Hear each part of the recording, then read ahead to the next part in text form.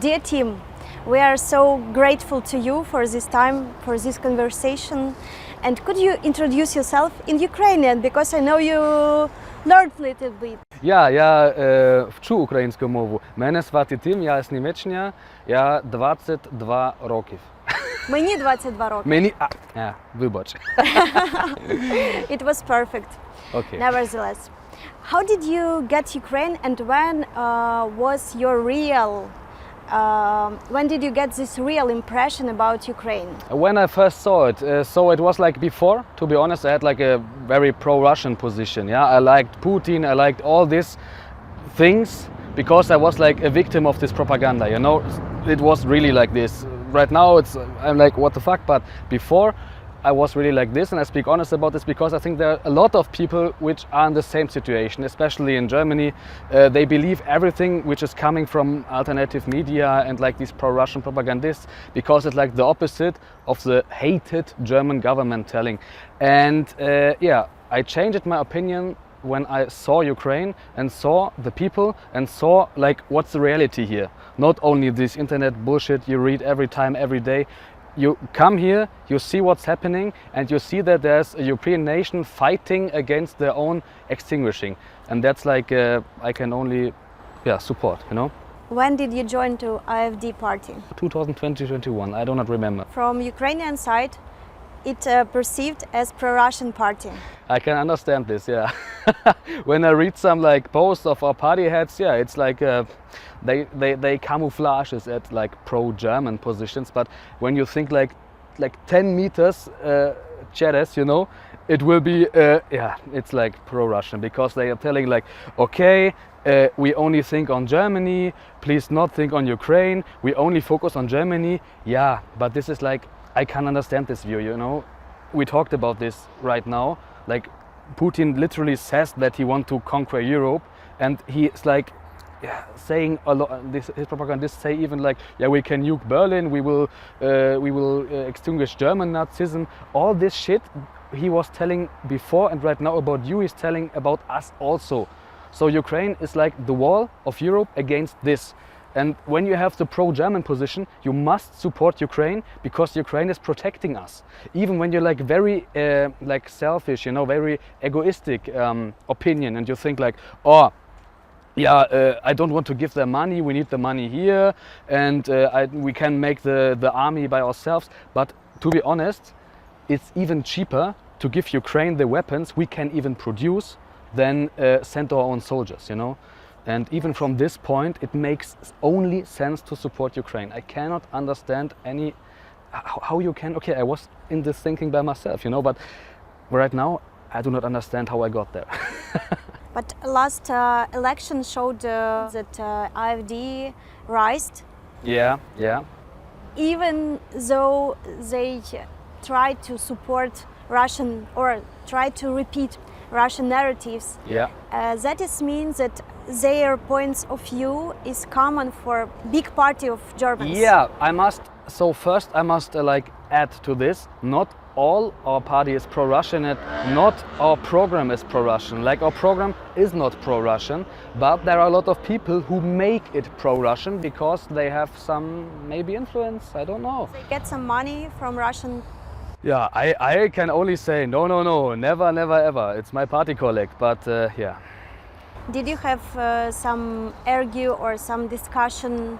A lot. It's like the past 2 years, every time, you know, I'm this group chats of my party. Every time somebody posts some pro-Russian bullshit, I like write something and to clear this, and it's like, it's every time the same, yeah. They even want to push me out of the party because of my opinion and what I did. And it's very interesting, you know, because even the guy who like signed this thing to push me out of the party posted on the Facebook, like, I don't know when it was, like, when you want to support Ukraine, go at the front by yourself. And now he wants to push me out for just doing what he said, you know.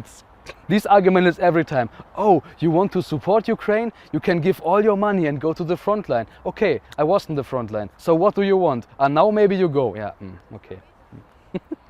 You were a warrior, Ukrainian, German warrior, and you served with Ukrainian soldiers. Yes. When it was, what was this experience for you? It was this year I joined the TRO. And I joined especially the TO because I wanted to fight along Ukrainian soldiers, maybe also to learn the language a little bit better. And yeah, it was very important for me. And yes, how this experience was. It's war, you know. You can't say it was great. You can't say it was terrible. Yeah, I think all the people who were there and are Mixed there. feeling. Yeah, they are like know what I'm talking about. Yeah. And you told me how this position called. I was Buf Minometnik. Minometnik. Tak. How did you Weapon. manage to? Yeah, we say Minenwerfer oder Mörser, Minomet. Tak. Yeah, I don't know. It was like several times I had this like basic training, and after that they taught me how to work with this minomet because it's like very hard. You have to like this. Like every time, and when you do it like so much times, you know how to do it. How did you understand your co-partners? To be honest, I was like, yes, now I think I will learn Ukrainian language very much. And then I came there and it was like, they spoke Surjik, you know? Yeah. And I was like, what? Not understand a single word. It was like Kitaiski, you know? It's what you want from me? What's Musa? It's Smitya, you know? And so it was very hard, but somehow I learned to understand them. We used a lot of translation at the phone. It was some situations, you know, somebody says something very easy to you, like maybe do this, and you was like, what? And then put out your phone, like, and then, aha, okay, yeah. And interesting thing that you said Ukrainian language is totally different. Yeah, because before I was like, it must be the same, like maybe some dialect, but no, it's completely different language. It's like, it even sounds like, for me it's like more beautiful, you know. It's not like this it's like a song, you know. It's very interesting, yeah. So it's completely different language. The people are also completely different, and you cannot compare it or name it in one sentence. For me, it's like Now you can grab some sentences which you hear on the street, for example, and you understand Ukrainian. Yeah. Right now, I think I understand a lot. Yeah, but it's getting better and better. I have like the lessons, you know. And I try to speak it like fluently. Your surrounding was totally Ukrainian. Yes. So my battalion was like totally of Ukrainians, but I had in my battalion some guy from USA and a lot of Colombians, but they are like Okrema, you know. I think they're not part of this battalion. Yeah. And I'm in good contact with all my comrades till today. I sent them a lot of things from Germany, like power stations, everything they need. Yeah. You spent your money to buy cars and buses for Ukrainian army? Yes, I was here to help and not to earn money. So like I spent all my money I received from the army to my comrades, you know, like I bought the autobus, I bought a lot of these power stations, like everything they need. They just call me and I will buy and send them with Nova Posta, because we even have it in Germany now. We have Nova Posta in Germany. It's in my city. Really? Yeah, like I think even 2 offices. It's like only Ukrainians go there because Germans are like, what is it?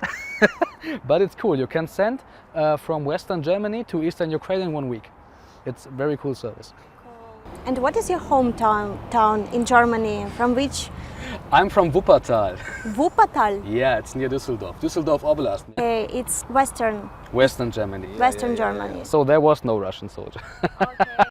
How could you describe Ukrainian soldier? Because it's kind of example of courage in this war. Yeah, what they like do is the definition of courage, like every day, every single day for like more than 3 years now. So yes, but what I really admire is like their like calmness, you know, because we as Germans, we are like very fast and strict and do everything very fast and like be on point and all this, and they are like in this situation where you have like this bar and all this, And it's yeah, they are like very calm. They know how to manage the situation. They are not like freaking out. It's very, very interesting. And yes, like a machinist, you know, it's very, very nice. And they don't give up. No, yes, they don't give up. So they never give up. I hope so. But as far I know my comrades, they will do everything but never give up. But on opposite side, there were Z soldiers of enemy's army. Yeah, Did you see them yeah. and how it was? Yeah, for example, it's like one problem the West will not see, like even especially like my political yeah, guys will not see. It's like the Russian army is fighting along with like not Russians, you know. They are everything but not Russian. Like they are from Nigeria, they recruiting from like every part of the world just for the money and kill Europeans. And yeah, this is like one impression I had about the Russian army, because the Ukrainian army is Ukrainians and some volunteers like me who really want to help. Nobody forces them here. Nobody was like, yeah, you have no money and then you can just, you know, go here and kill Europeans and then you receive maybe the money. And after the war you can live in, I don't know, Mariupol or wherever, and the Ukrainian army does this not. You can come, sign a contract as a volunteer and help. Russia's army, regular army, they are totally poisoned by this Russian propaganda. Yeah, As you were. I guess, yes. For them it's maybe even harder because Russia is a dictatorship. They have no free speech, they have no free media, they have nothing. And yeah, I think it's very hard to get out of this.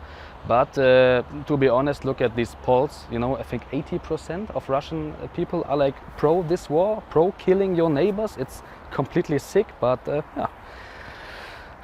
This is a Russian mentality, yeah. War, it is so horrific thing. And you found some courage inside yourself. How it was? How did you inform your relatives? To be honest, I did not, because I was thinking about, but then it was like, yeah, I can tell them and they will like not can sleep and all this stuff, but I will be there. So rather like tell something other and come back. Until now they don't. No, now they know, yeah. And when they found out. I don't know when exactly it was, but yeah, like after I gave my first interview about this. Could you tell about the direction where you? Yeah, I was in Zaporizhia, in the region of Hulaypole. Hulaypole, yeah. This Nestor Makhno, how this guy is called, yeah, very interesting, yeah. What do you know about this history page? I know that he was like a leader of this anarchist, you know, and yeah, very cool guy fighting for freedom, like what Ukrainians always do, and I very like it because I like freedom.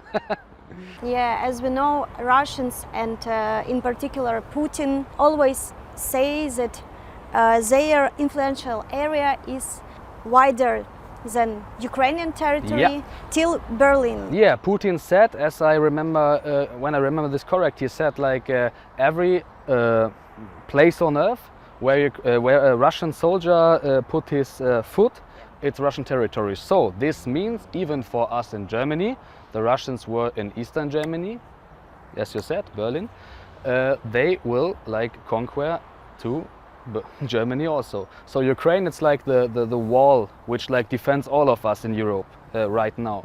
Coming back to the history, Yeah. your country in last century went through, and your society, your country went through some transformation. How do you think that past impact on your generation? Yeah, I think my generation like less, but the generation before a lot. Yeah, so it's like even they have this lock in their head to think patriotic, you know.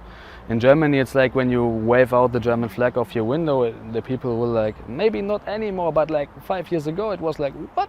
You know, he's like Nazist or this. And yeah, it's a very bad thing that people like feel like sorry for crimes not I, not my father, and not my grandfather even did. You know, it's like not the right way to make sure that it will not happen again, I guess. And that fact that some lands of your country during some years was under Soviet soldiers' foot. Occupation, Yes. yeah. I cannot even understand. It's like very interesting, you know. These guys in the East Germany and the GDR, they made like huge protests to tear this wall down, to be free, yeah. And now, not all. I know a lot of them who are exactly the opposite, but a lot of them are pro-Russian now. So, like 30, 40 years ago, you was on the demonstration against the police, against everything, against the dictatorship, to end this Russian occupation, to be free, to be part of the West. And now you're like supporting Russia? Even worse, you know, it's even worse because they literally want to kill you, you know. And now you're supporting this where you was demonstrating against?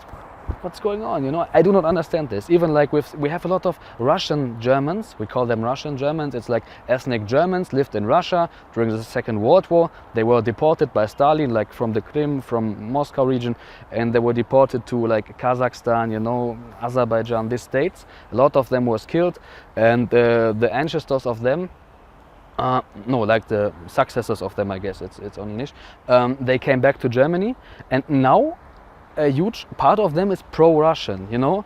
Bro, you know why you're even here? Because the Russians killed your family and treated you so bad that you must come back to Germany. And now you sit in Germany and say, yeah, Putin, best man, okay, please go back.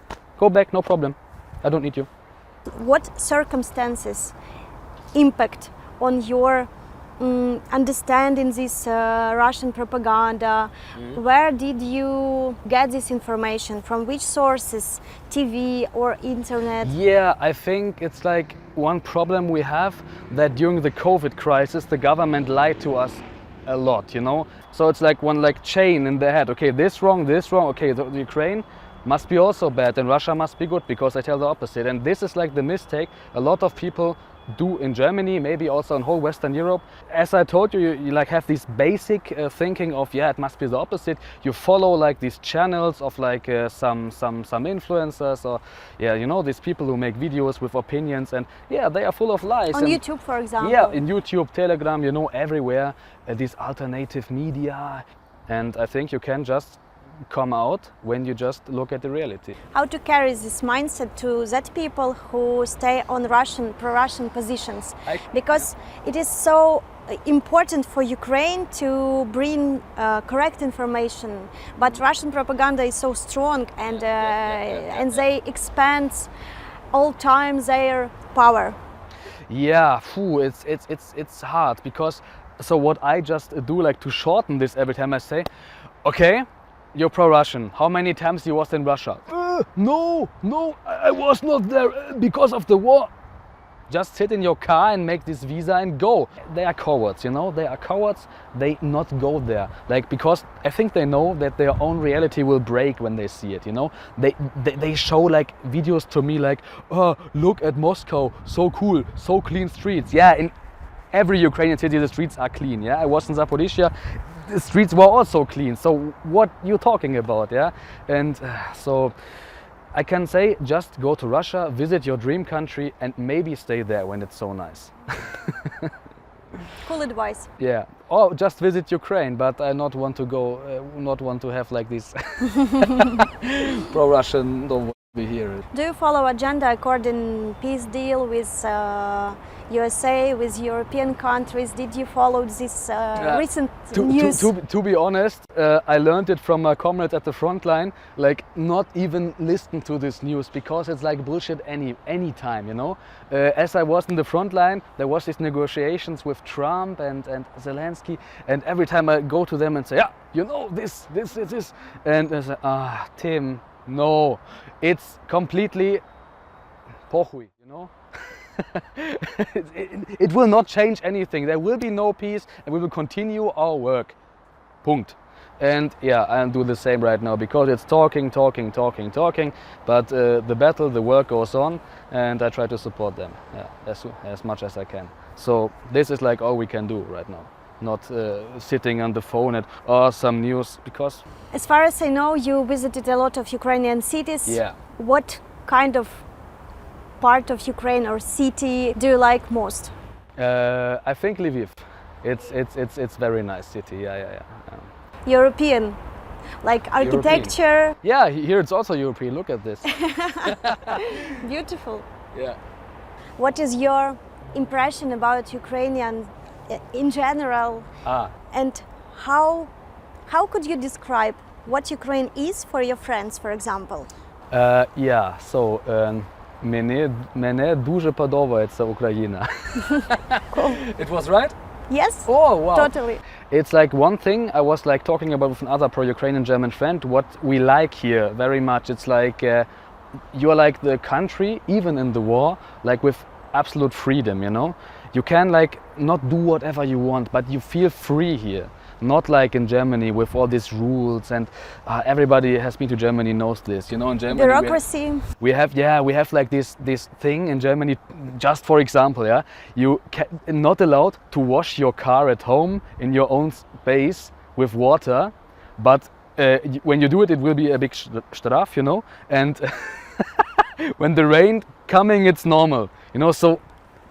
Like this is in Germany is full of this bullshit, full, and here it's not, and it's very cool. And you're like a European country. I very like it. These freedom aspects. You have very beautiful nature, and also the people are like, as I experienced, like in every part of Ukraine, they are very, very, very nice. As the Germans do. Yeah. This remont. Yeah. As you and mentioned. it's like even the German way, you know. There's some remont, and where's the workers? Nobody knows. Nobody is working. But the German way would be like make this, put some this line. Yeah, line here, and when it's a street, put the speed camera, and not work for 3 years, and in 3 years just make it again. It's our way of corruption, you know, because a lot of Ukrainians come to Germany and think, yes, no corruption anymore, but no, sorry, we have a lot. And when there was a revolution of dignity on this place, what did you know about that period? Know quite a lot because I have friends like greetings to Nazar in Lviv. He was like part of this. He was like protesting here and all this stuff. And yeah, so even this is like this myth of Russian propaganda, you know. They telling it was like a CIA financed uprising, and it was not the will of the people. So I'm like, you see the pictures? I don't think that like people, millions from all over Ukraine come here to show their will of be free from Russia, because I can understand like after Holodomor and oppression and all this, you have enough of Russia and not want to come back there. And yeah, the Berlin Wall, which fell in Germany, was also not only, but because of the protests, you know. The people had enough from this communist bullshit. Now we are nearby a symbolic place. Yeah. Ukrainians decided to make this place like a memorable place. Very sad. But every single one of them is like a hero, you know. It's not like he is a hero. Fell for the defense of the free Europe. During this time in Ukraine, whether you had some friend from your brigade? Yeah, also. What the number of your brigade was? It was the 108. My comrades were like from the Samar region, behind Dnipro. Before it was Novomoskovsk, but now it's Samar, I learned. Wieczna pamięć. Wieczna pamięć. Thank you for your support. I was glad to help and also to be part of the Europe's strongest army. Thank you so much.